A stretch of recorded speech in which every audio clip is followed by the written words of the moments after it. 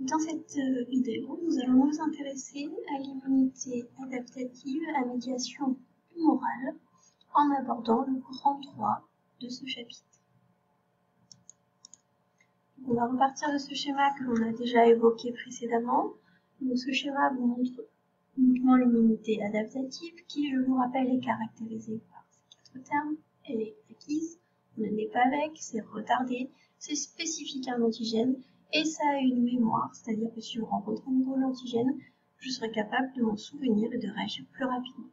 Cette immunité adaptative, on peut la sous-diviser en deux, l'immunité adaptative cellulaire et l'immunité adaptative humorale. Dans ce grand 3, nous allons voir uniquement les mécanismes de l'immunité adaptative humorale. Comme vous vous en doutez, l'immunité adaptative cellulaire correspondra au grand 4 de ce chapitre. Donc là, on ne va s'intéresser qu'à cette partie-là de l'immunité adaptative, c'est-à-dire comment se met en place les mécanismes de cette immunité humorale. On se souvient que c'est une immunité qui est assurée uniquement par les lymphocytes B, et la finalité des lymphocytes B, leur but, c'est de sécréter des anticorps.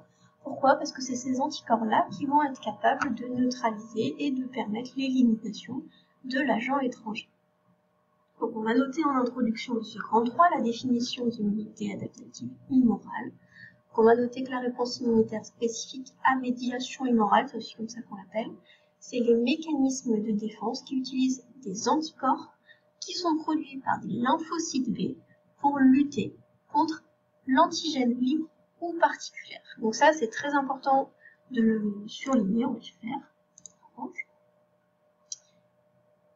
Ici, les antigènes sont libres ou particulières. Cela signifie quoi? Ça signifie que l'immunité adaptative humorale, en fait, c'est celle qui va nous permettre d'éliminer tout ce qui est extracellulaire, c'est-à-dire les toxines, les petites molécules qui vont nous embêter, qui se baladent toutes seules, les bactéries extracellulaires ou les virus quand ils sont à leur état de virion, c'est-à-dire quand ils sont en dehors de la cellule.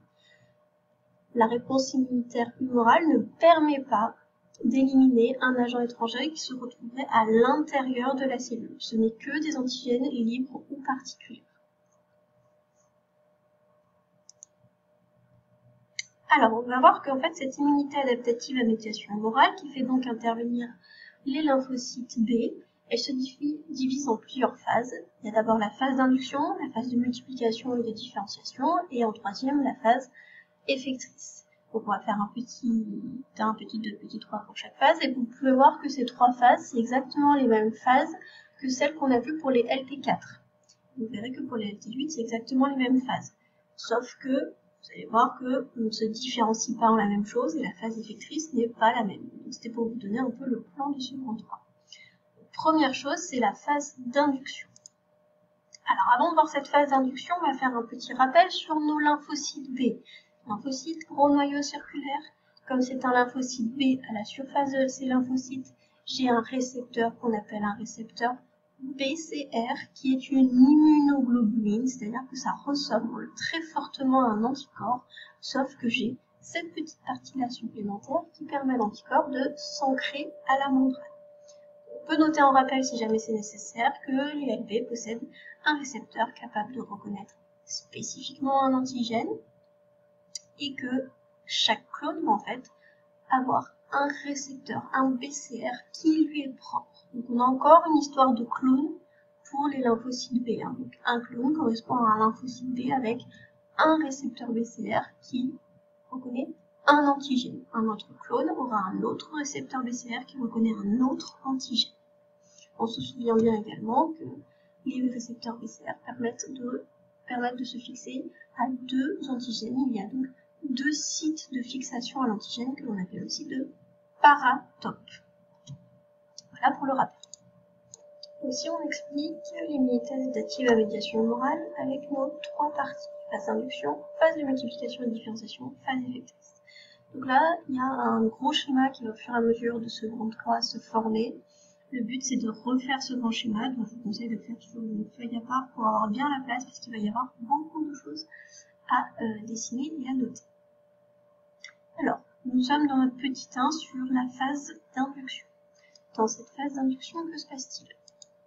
Premièrement, j'ai un lymphocyte B avec donc son BCR qui correspond à une immunoglobuline, et comme toute cellule, ça contient aussi un CMH, donc un CMH spécifique de la cellule immunité. La première étape de cette immunité à médiation humorale va être la rencontre entre l'antigène libre, le virus est tout seul, il n'est pas accroché à un CMH, il est libre, et le lymphocyte B. Là, il y a reconnaissance entre ce BCR et ce virus, il y a une complémentarité, et il y a donc reconnaissance et fixation du lymphocyte B au virus par son récepteur. Cette reconnaissance et cette fixation, ça va entraîner l'activation de mon lymphocyte B. Donc la phase d'induction commence par une reconnaissance et une fixation de l'antigène libre pour lymphocyte B, et cela active le lymphocyte B. On n'oublie pas qu'en parallèle, il y a eu ma cellule présentatrice de l'antigène qui a présenté au lymphocyte T4 via son TCR un fragment aussi de l'antigène du virus, qu'il y a eu fixation et reconnaissance, activation du LT4, et que du coup le LT4, il a fait quoi? Il a produit de l'interleukine. Ça, c'est ce qu'on a vu dans le grand 2. Ça se passe en parallèle de la reconnaissance et de l'activation du lymphocyte B. On représente quand même cette partie-là. Pourquoi? Parce que cette interleukine, que va-t-elle faire? On a dit qu'elle était capable de stimuler le lymphocyte B. Et en fait, elle va également stimuler le lymphocyte T4. Donc c'est très important ici de la représenter parce que mon lymphocyte B, pour que la phase de multiplication puisse être vraiment importante, il faut qu'il soit activé grâce à la reconnaissance et à la fixation de l'antigène, et il faut qu'il soit stimulé par l'interleukine qui a été produite par le lymphocyte T4. Donc la phase d'induction, c'est bien la sélection clonale, reconnaissance et fixation d'antigène, l'activation de ce lymphocyte B, et on pourrait même rajouter que c'est également une stimulation par l'interleukine. Donc c'est ainsi que est induit l'immunité adaptative à médiation humaine. On va pouvoir noter ça sous forme de texte pour ce petit 1. On va noter qu'au début de la réaction immunitaire, réaction immunitaire humorale, il y a reconnaissance et fixation de l'antigène qu'on appelle natif. Donc l'antigène natif, ça veut dire qu'il n'est pas porté par une cellule présentatrice de l'antigène, il est tout seul, il est libre. Donc il y a reconnaissance et fixation de cet antigène sur le lymphocyte B qui est spécifique à cet antigène. Ce n'est que le lymphocyte B qui est capable de reconnaître celui-là et pas un autre. Ce lymphocyte B est alors sélectionné sans eux. Pour pouvoir poursuivre la réponse immunitaire, le lymphocyte B doit être activé, c'est-à-dire qu'il doit être en plus stimulé par l'interleukine qui est produite par l'LT4 ou l'LT auxiliaire après reconnaissance de l'antigène par l'intermédiaire d'une cellule. Donc toute cette partie-là, c'est ce qu'on a vu dans le grand 2. On poursuit avec la phase de multiplication et de différenciation. Alors dans cette phase de multiplication et de différenciation, comme ça le dit, il va y avoir une multiplication et une différenciation. Première étape, il va y avoir une multiplication, et cette multiplication se fait par des mitoses successives. Donc on se souvient bien qu'une mitose, c'est une division cellulaire qui permet d'obtenir deux cellules strictement identiques à la cellule mère. Donc les cellules que j'obtiens, ce sont des cellules strictement identiques à la cellule mère. Donc les LB obtenus par division mitotique auront un récepteur strictement identique au clone qui a été sélectionné. Donc je vais avoir une production de plein de lymphocytes B, parce qu'ici on n'en a représenté que 4, mais en vrai il y a plein de mitoses qui se font, il y en a beaucoup plus. Mais tous ces lymphocytes B auront que le récepteur capable de reconnaître uniquement l'antigène du virus. Donc on est bien sur de l'immunité spécifique, parce que je reconnais spécifiquement l'antigène qui m'intéresse. Donc une fois qu'on a fait toutes ces mitoses, on a donc fait la multiplication du clone sélectionné. On n'oublie pas en parallèle, il y a la multiplication et la différenciation aussi de mon LT4. On ne va pas le représenter sur le même schéma parce que sinon on s'en sort plus, mais on ne l'oublie pas dans son petit coin que tout ça se passe en parallèle. Parmi tous ces lymphocytes B qui sont nouvellement créés, on va en avoir une petite partie qui va se transformer en lymphocytes B mémoire. Comme les lymphocytes T4 mémoire, c'est des lymphocytes B qui, pour eux, ils vont s'arrêter ici dans ma réponse immunitaire, ils ne vont pas poursuivre la réponse immunitaire, ils vont rester tranquilles et se balader dans le corps humain en attendant, si jamais il y a une nouvelle infection par ce virus-là, ils seront d'attaque immédiatement, ils pourront attaquer immédiatement cet ennemi qui est le virus. Donc ils vont rester en dormance. Donc ça, c'est mes lymphocytes mémoire qui correspondent à une petite partie du stock que je viens de créer. Tous les autres lymphocytes B vont se différencier. Et ils vont se différencier en quoi? Ils vont se différencier en ce qu'on appelle des plasmocytes, qui est cette cellule-là. Donc la phase de multiplication et de différenciation, c'est une multiplication du clone sélectionné et une différenciation de la majorité de ces clones en plasmocytes. Donc c'est une évolution du lymphocyte B, le plasmocyte. Alors avant de poursuivre ce schéma, on va s'intéresser à quelle est la différence entre lymphocyte B et plasmocyte. Pourquoi ce lymphocyte B évolue-t-il en plasmocyte? Donc pour ça, on va partir d'observation microscopique. Donc vous avez en observation microscopique électronique pour bien voir l'intérieur de la cellule. Donc électronique, transmission.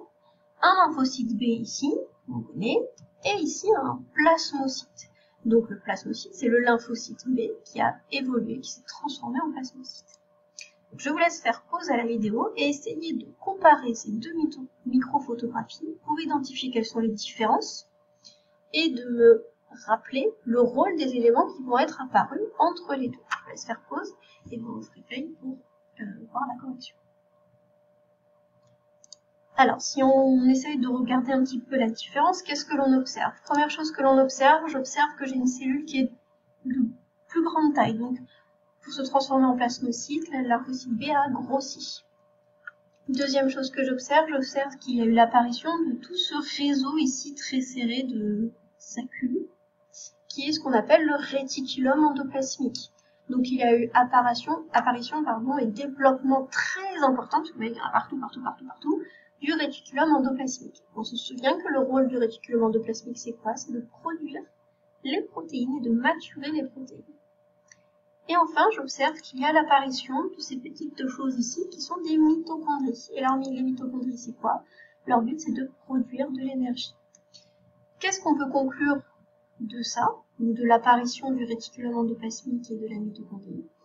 C'est que du coup, je me retrouve avec une très grosse cellule qui a tout ce qu'il faut pour produire beaucoup de protéines.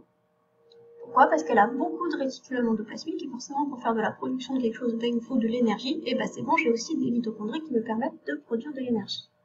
Et en fait, quelle protéine va produire mon plasmocyte? Mon plasmocyte va produire des anticorps. Donc la conclusion de cette analyse, c'est que les plasmocytes, c'est des cellules spécialisées dans la production et la sécrétion de protéines, parce que j'ai un très gros réticulum endoplasmique, plus des mitochondries pour avoir l'énergie pour faire cette production.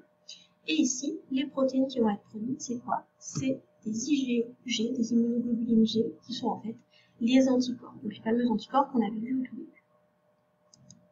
Donc si on conclut la différenciation, pourquoi j'ai laissé lymphocyte B qui évolue en plasmocyte, c'est parce que ça me permet d'obtenir une cellule qui est spécialisée pour produire des anticorps, ce qui est le but de mon immunité à médiation humorale. Donc, cette transformation me permet d'avoir une cellule qui est très performante pour créer des anticorps.